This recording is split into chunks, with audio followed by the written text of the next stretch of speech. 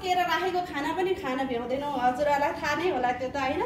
पस्केर राखेको खाना पनि खान भ्याउँदैनौँ किनभने हामीलाई काम बितिसकेको हुन्छ। काममा नगए हामीलाई भरे पैसा नहुने माग छैन। त्यसले गर्दाखेरि हामीले कसैले अब खाना खान थालेछ तेरो टाइम भयो आइज भन्ने बित्तिकै हामी कुदेर जानुपर्ने स्थिति हुन छ अहिलेको समयमा। हामीले यसरी हामी एकदम दौडधुप एकदम व्यस्तताका साथ आफ्नो जिन्दगी जवानी खेर फालिरहेका छौँ हो कि होइन भन्नु त।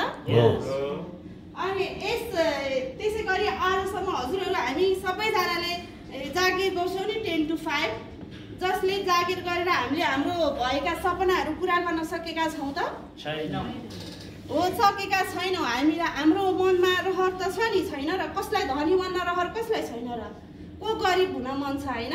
त्यसै गरी हामीलाई धनी बन्ने रहर छ, हामीलाई चिल्लो कार चढेर हिँड्ने रहर छ, ठुलो बङ्गला बन्ने रहर छ, टक्का बुढाबुढी कारमा बसेर घुम्न जाने रहर छ छैन हो। हामीले यो रहर हाम्रो यो जागिरले सम्भव भइरहेको छ त पुरा भएको छ त छैन भने तपाईँहरू एकदम राम्रो ठाउँमा आउनुभएको छ, एकदम राम्रो प्लेटफर्ममा आउनुभएको छ।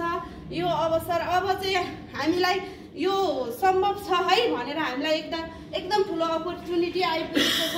यो अपर्च्युनिटीलाई हामीले पुरा गर्नुपर्छ। सम्भव छ गरे सबै सम्भव छ, नगरे केही सम्भव छैन भने जस्तै यस कम्पनीले हामीलाई एकदम ठुलो अपर्च्युनिटी दिएको छ। यसमा हामीले यो कम्पनी एकदम बहुआयामिक र बहुराष्ट्रिय कम्पनीको नाम हो नेचर अफ कम्पनी।